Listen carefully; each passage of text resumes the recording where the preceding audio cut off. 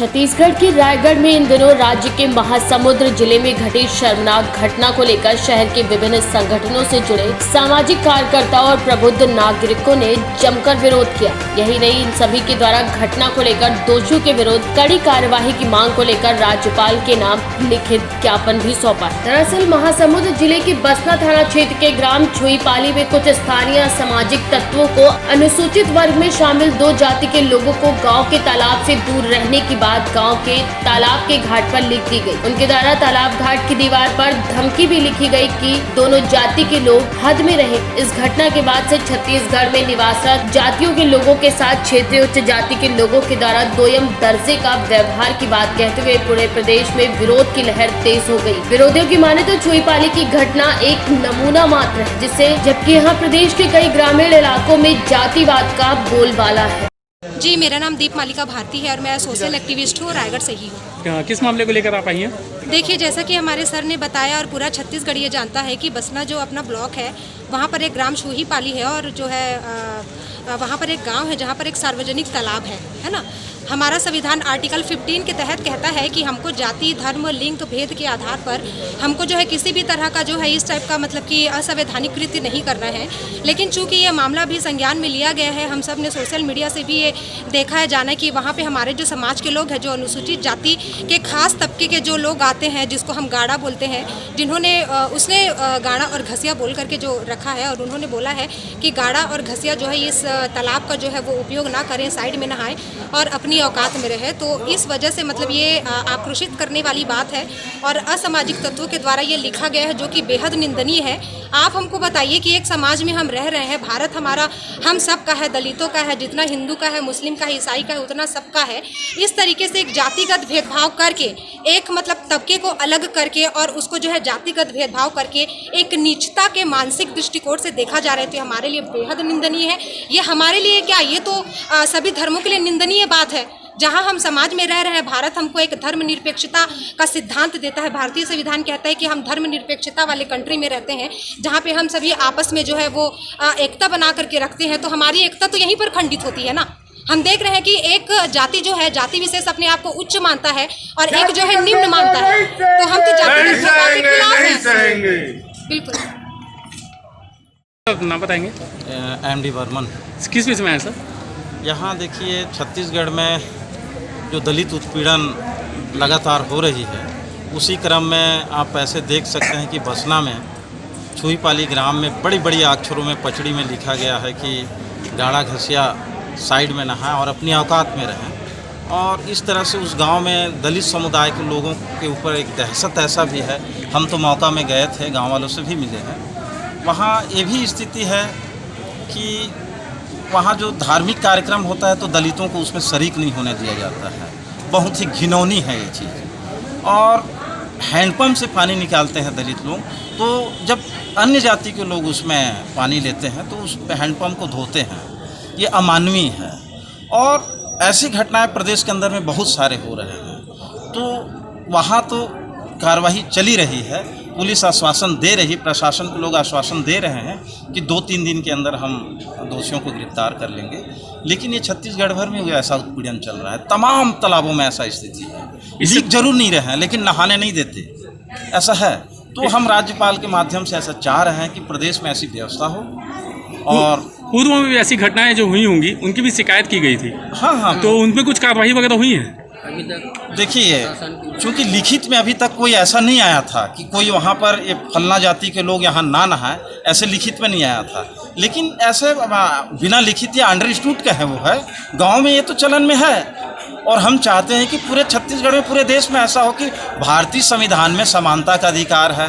आप भारत के अंदर में कहीं जा सकते हैं, कोई व्यवसाय कर सकते हैं। दूसरी चीज़, किसी भी नल से पानी पी सकते हैं, किसी तालाब में नहा सकते हैं, सार्वजनिक तालाब में। तो ऐसा क्यों कि दलित समुदाय के लोगों के लिए अलग पचड़ी हो? पचड़ी तो शासन, सरपंच के थ्रू शासन के मत से बनता है। तो सर आपका? शीतल सागर। आप किस विषय में ज्ञापन देने आए हैं? सर, ये महासमुंद जिला थाना बसना के अंतर्गत ग्राम छुईपाली है, जहाँ पर जातिगत टिप्पणी किया गया था कि गाड़ा और घसिया यहाँ तालाब में मत नहाएं और अपने औकात में रहें। तो ये मनुवादी विचार के खिलाफ हम लोग राज्यपाल के नाम कलेक्टर महोदय को ज्ञापन सौंपने आए थे, उसी विषय में फिर चर्चा हुआ है और आगे कार्रवाई के लिए मैडम बोली। क्या वहाँ निकटतम थाने में आपने शिकायत की? जी हुआ है कल। वहाँ पे कुछ कार्रवाई? 2 दिन का आश्वासन दिए हैं, 2 दिन में आरोपी गिरफ्तार हो जाएंगे। Thank you. छत्तीसगढ़ से केकेडी न्यूज संवाददाता नवरतन शर्मा की रिपोर्ट।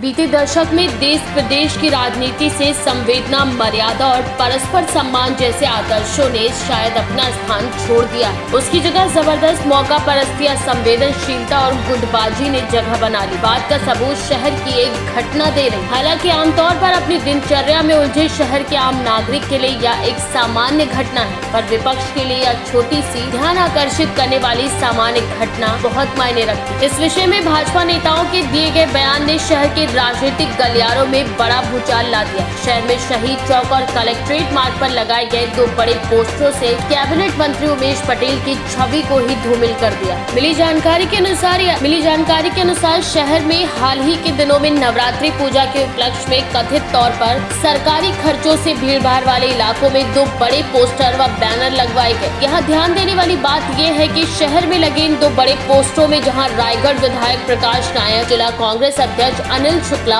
महापौर जानकी काटजू, सभापति जयंत ठेकवार, पूर्व सभापति सलीम नियारिया सहित तमाम कांग्रेसी पार्षदों की इमेज तो लगी हुई है, पर इन पोस्टरों में से जिले के एकमात्र कैबिनेट मंत्री और खरसिया विधायक उमेश नंद कुमार पटेल की इमेज ही गायब हो गई। इस बात को लेकर शहर कांग्रेस 2 स्थितियों में है। एक और जहां कैबिनेट मंत्री के समर्थकों ने इस बात को लेकर गहरी नाराजगी जताई है, तो वहीं दूसरी तरफ स्थानीय कांग्रेसी पार्षदों सहित खुद निगम सभापति जैन इस विषय में कुछ भी कहने से बचते दिख रहे हैं। हालांकि प्रेस कर्मियों ने 2 दिन पहले इसी घटना का संज्ञान महापौर के अलावा कई पार्षदों को दे दिया था, पर वह कुछ भी कहने से बचने वाले कांग्रेसियों ने बैनर बदलने की जहमत तक नहीं उठाई। फिलहाल कुछ भी हो, राजनीति के गलियारों में ये कोई नई घटना नहीं है जिसने उथल पुथल मचाई।